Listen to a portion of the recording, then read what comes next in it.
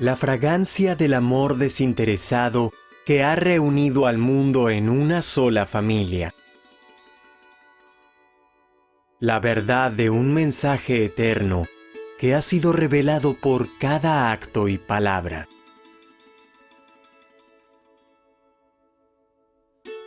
La satisfacción en el servicio que ha sido enseñado mediante el sacrificio incansable.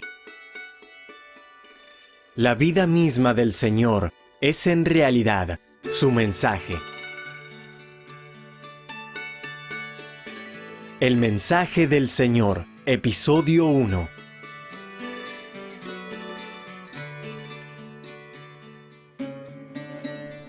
Sairam, y una calurosa bienvenida a los televidentes de todo el mundo.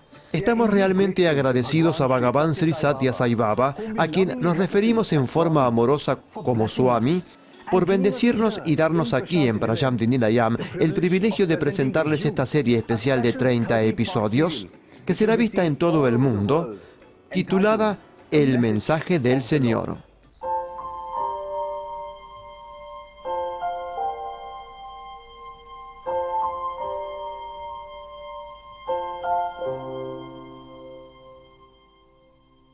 Todos amamos a nuestro bien amado Swami y le sentimos como la encarnación perfecta del amor puro y desinteresado.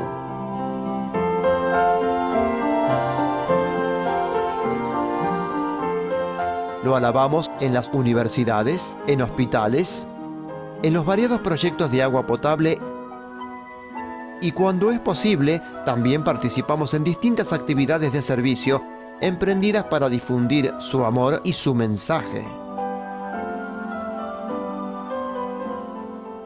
Todo eso es loable, por supuesto, pero ¿cuántos de nosotros podemos honestamente decir que verdaderamente entendemos las enseñanzas de Swami y lo que ellas significan para el futuro de la humanidad toda? Y más importante, ¿cuán conscientes somos de que Swami no solo ha venido para dar su mensaje, sino para realmente vivirlo? Si la humanidad tomara su mensaje más seriamente, en todos los aspectos, nos podría salvar de los desastres que afrontamos bajo la forma de cambios climáticos, terrorismo, pobreza masiva y muchas otras cosas. Si solo fuéramos conscientes del mensaje y enseñanzas de Swami, que nos ha dado sin descanso durante los últimos 70 años, literalmente sin pausa, podríamos entrar en una era de paz mundial y armonía global. Sin embargo, aunque no estén familiarizados con todo esto, no hay que preocuparse, porque a partir de hoy lanzamos esta serie que les ayudará a saber lo que se hayan perdido. Sin embargo, cuando la hayan visto, estoy seguro de que se convencerán de que el mensaje de Swami realmente nos puede salvar y salvar al mundo entero. También se darán cuenta que su mensaje es el regalo más precioso que tenemos y Swami se lo dio a la humanidad para ahora y para siempre. Hoy es 20 de octubre del año 2010, o como decimos en India, 2010, 2010. Hace exactamente 70 años, el mensaje que les estamos por presentar fue revelado formalmente por primera vez. Esa revelación fue hecha en lo que en ese entonces era la India británica, en un pequeño pueblo llamado Uravakonda, en la entonces llamada Presidencia de Madrás. Y el que reveló el mensaje fue un pequeño joven de 14 años llamado Satya Narayana Raju. Temprano esa mañana, Satya iba al colegio como siempre llevando su bolso con libros y cuadernos. Sin embargo, luego de recorrer cierta distancia, regresó, dejó a un lado el bolso y le anunció a su sorprendido hermano mayor y a su cuñada que ya no era más su Satya y que dejaba para siempre el hogar, la familia y la escuela con el objeto de servir a la humanidad. Dejando a su hermano estupefacto, Satya fue a un jardín vecino y allí se sentó en una roca donde una pequeña multitud se iba reuniendo a su alrededor. Luego de un rato, Satya guió a la multitud en el canto de un breve bhajan que todos conocemos, el cual por supuesto no solo se volvió famoso, sino que marca la presentación del avatar Sri Satya Sai, la encarnación de la divinidad en esta era de Kali.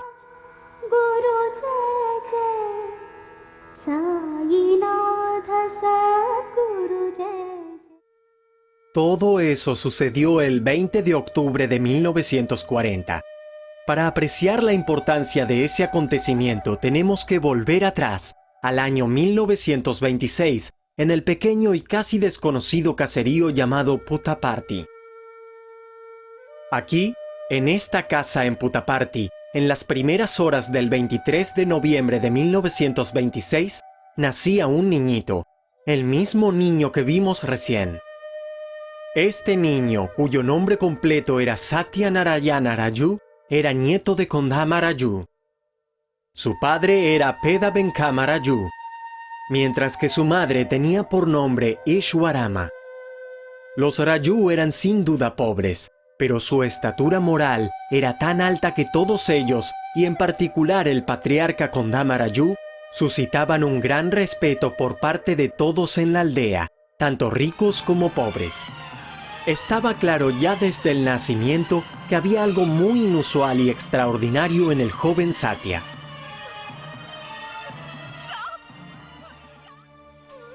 En edad y tamaño era solo un niño más, pero en todos los demás aspectos era diferente. Era maduro, mucho más de lo esperable a su edad, y lo rodeaba un aura mística y divina. Era particularmente notable su sentimiento de compasión. Aún siendo pobre como era su familia, él siempre alimentaba a los hambrientos. Cuando su madre le decía que apenas tenía comida para su propia familia, Satya respondía que cuando el mendigo comía, era lo mismo que si él comiera. Era comprensible que Ishwarama estuviera confundida, pero comenzaba a percibir que Satya era diferente. A temprana edad, Satya reunió a otros niños como él, con quienes formó un grupo de bhajans, que no solo se convirtió en el tema de conversación del pueblo, sino que provocaba gran admiración entre los aldeanos.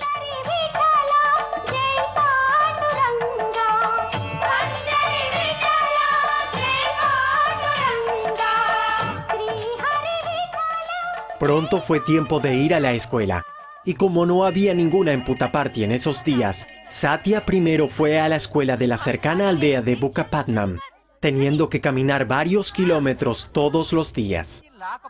Satya resultó ser un estudiante tan brillante que su hermano mayor, Seshama Raju, insistió que Satya fuera con él al pueblo de Kamalapuram, a la escuela donde Seshama estudiaba para ser maestro. Allí fue Satya a quedarse con su hermano para estudiar en esa escuela. La vida en Kamalapuram era dura y Satya trabajaba duro en muchas tareas hogareñas. Sus tareas diarias incluían traer agua potable de un pozo distante que era el único pozo que proveía el agua potable. Al igual que en Bukkapatnam, Satya sobresalió en la escuela y se convirtió en el favorito de los niños y los maestros también. En algunos años, cuando Seshama completó sus estudios en Kamalapuram, se mudaron a Uravakonda, donde Seshama ejerció como maestro, y llevaron a Satya consigo. Una vez más, Satya sobresalió en la escuela, pero a principios de 1940 comenzó de pronto a actuar como si hubiera perdido interés en los estudios.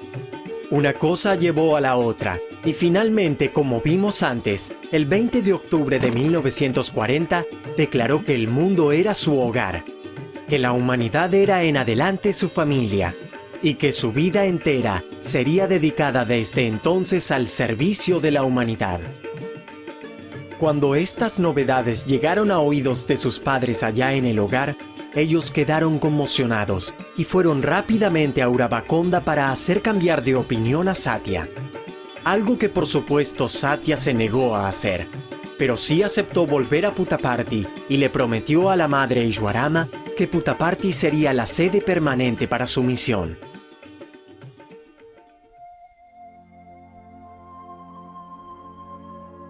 A pesar de lo remoto del lugar, las noticias de un niño santo con poderes milagrosos se expandieron rápidamente, y lenta pero seguramente, de muchos lugares acudió gente a Puttaparthi para tener su darshan. No había lugar para esto en la casa natal, y por un tiempo, Swami usó la casa de su vecina llamada Karanam Subhama, que era casi su segunda madre. Pronto se hizo necesario tener un recinto separado que se construyó en un predio donado por Karanam Subhama. Así llegó a existir el famoso Pata Mandiram, o el viejo mandir. Muchos otros notables lilas o milagros Baba los realizó en esta etapa de su avataridad. Típicamente, estas experiencias se conferían a los devotos por la tarde, cuando los llevaba a las arenas del río Chitravati para extensas sesiones de bhajans y charlas. No muchos tenían la suerte de ver esos milagros, pero entre los pocos bendecidos que lo hicieron, algunos dejaron registrado para la posteridad lo que vieron. Una de ellas es la señora Vijaya Kumari, quien al tiempo de esas increíbles lilas que presenció de Dios era una niña. Esas lilas causaron en ella una profunda impresión, y aún hoy, 60 años después, es capaz de revivir cada uno de esos preciosos momentos. Esta es la descripción de la señora Vijaya Kumari de las realmente pasmosas lilas que presenció durante los días del Pata Mandiram. Un día en 1947 fuimos con Swami al río Chitravati. De repente él desapareció de entre nosotros. Luego escuchamos su voz diciendo: «Estoy aquí en la colina y ahora les mostraré el Surya Darshan, la visión de Dios como el sol». Comenzamos a preguntarnos: ya son más de las 6 de la tarde, el sol ya se ha puesto. ¿Y ahora Swami nos dice que nos mostrará el sol? Y comenzamos a reír. En ese instante, comenzamos a ver una gran luz rosada detrás de Swami. Pronto el rosado pasó al rojo y comenzamos a sentir mucho calor. El calor nos hizo sudar profusamente y se hizo insoportable. Al mismo tiempo la escena era hermosa, en realidad indescriptible.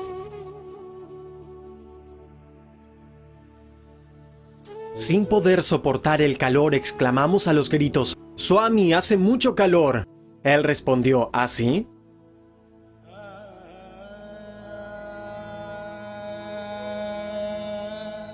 Y entonces el calor comenzó lentamente a disminuir cuando Swami de repente anunció: «Ahora les mostraré la luna». Mientras decía estas palabras, el cielo detrás de él gradualmente comenzó a tornarse de un color blanco plateado y el aire comenzó a enfriarse rápidamente.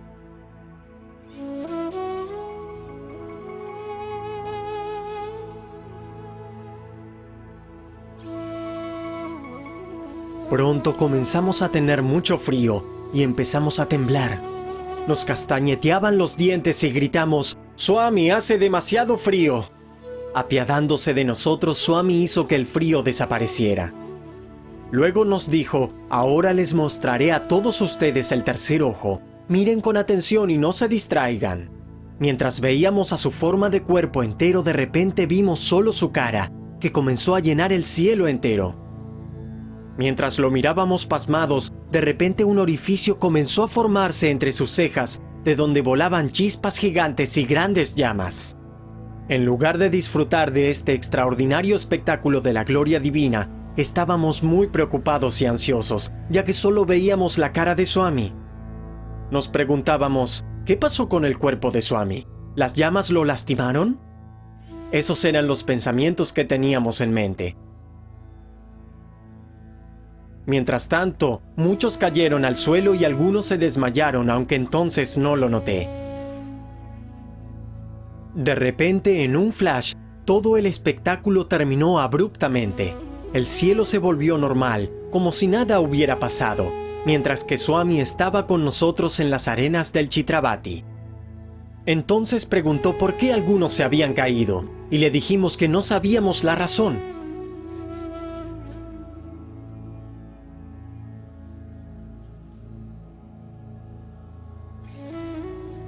Luego Swami creó ceniza sagrada o vibhuti y la aplicó en la frente de cada uno. Habiendo hecho esto, nos dijo: vamos, volvamos al mandir. Comenzamos a caminar, pero la mayoría estábamos inestables y tambaleantes.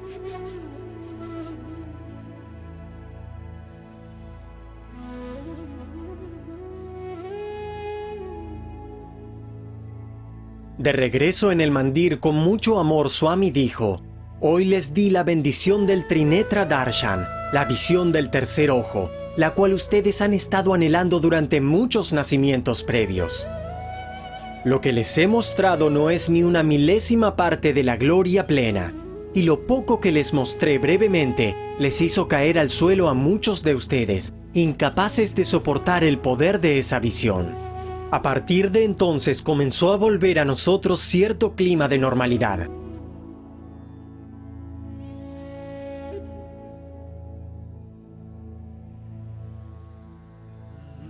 Comenzó a correrse rápidamente la voz y muchos se tomaban el trabajo de ir hasta Puttaparthi para tener el darshan del joven Baba a pesar de todas las dificultades de llegar a ese lugar.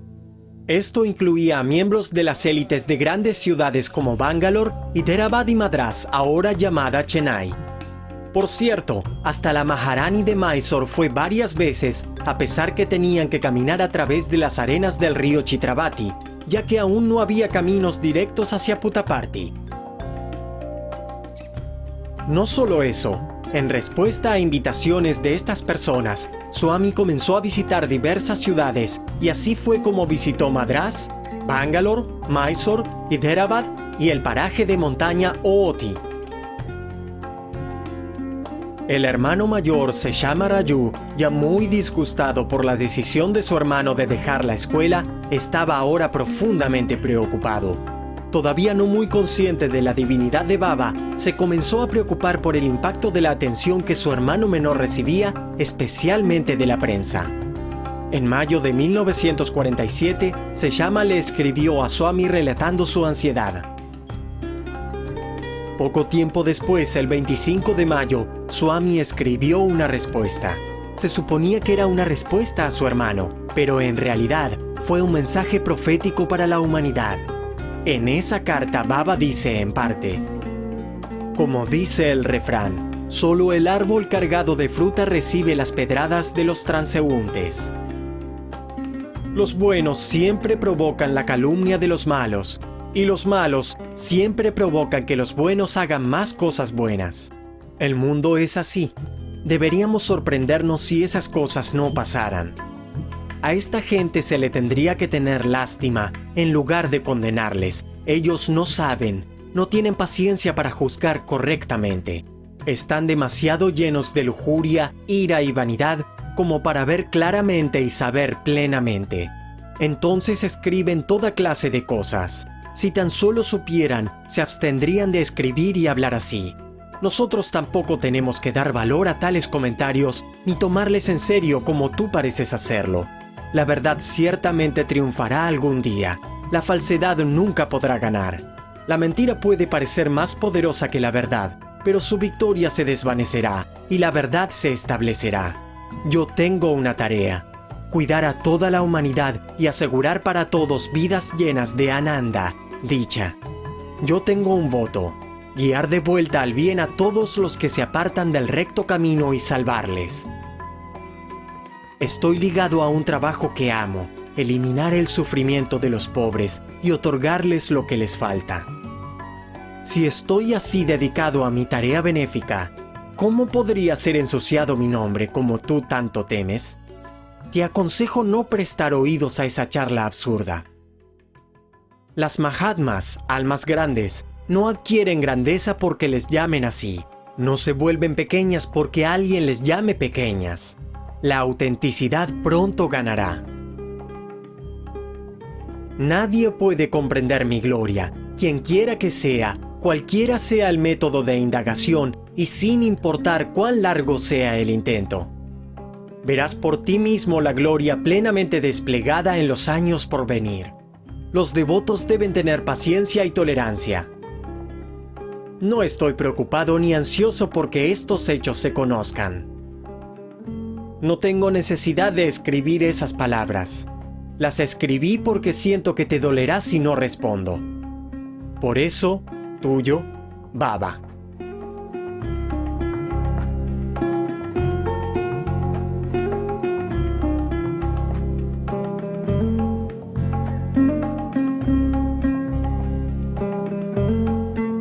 Es importante notar la fecha, 25 de mayo de 1947. La India todavía estaba gobernada por los británicos. De hecho, en esos días se discutía en Londres sobre qué debían hacer los británicos con el futuro estado de la India. Y aquí estaba Baba, todavía sin cumplir los 21 años de edad, prometiendo guiar a toda la humanidad y declarando que algún día el mundo vería el despliegue de su gloria. ¿Quién lo hubiera creído entonces? En realidad, muy pocos se preocupaban por todo esto, ya que se enfocaban por completo en el presente, es decir, en el amor que Baba derramaba. Sin embargo, los avatares nunca olvidan su misión. Por eso, mirando al futuro, Swami decidió bajar el telón sobre el tema de las lilas, de las cuales el Phata Mandiram era el escenario. Era necesario un nuevo mandir, el cual en su momento sería su cuartel general global y en verdad universal. Y los cimientos de ese cuartel general fueron sentados en 1948. El nuevo mandir fue inaugurado el 23 de noviembre de 1950, es decir, hace 60 años, cuando Swami tenía 25 años. Swami se mudó allí viviendo en un pequeño cuarto de la planta alta. Comenzó así una era totalmente nueva, en la que el nuevo mandir, llamado Prashanti Nilayam, o la Morada de la Paz Suprema, pasó por varias transformaciones con los años, hasta tener el maravilloso aspecto de hoy. Como también lo hizo la gloria de Swami, que creció exactamente como él lo predijo allá por mayo de 1947. Se dice que cuando Swami llevó a su madre Ishwarama para mostrarle el nuevo mandir que estaba en sus etapas finales, la madre movió la cabeza y preguntó: ¿Para qué necesitas un salón tan grande? ¿Piensas que tendrás tantos devotos como para llenar todo este salón? Swami sonrió y se limitó a acompañar a su madre hasta la puerta. De pie allí apuntó a la distancia, a donde ahora se erige el Gopuram, y dijo: «Vivirás para ver el día en que la multitud llegará por lo menos hasta allí y más aún». No sabemos si la madre Ishwarama se convenció en ese entonces, pero sí sabemos que ella vivió para ver la gloria de Swami convertirse en global y cómo los recuerdos del Phata Mandiram se convirtieron en asombrosos recuerdos vivientes para los pocos bendecidos que tuvieron la fortuna de ser parte de esa era. Así pasó también con Krishna. Un extático pasado condujo a un majestuoso futuro. Y así está probado en el caso de Swami también. Seguiremos con esta parte de la historia mañana en el próximo episodio. Mientras tanto, gracias por acompañarnos y ojalá hayan disfrutado de esta presentación. Nos encontramos mañana para continuar con esta serie. Jai Sai Ram.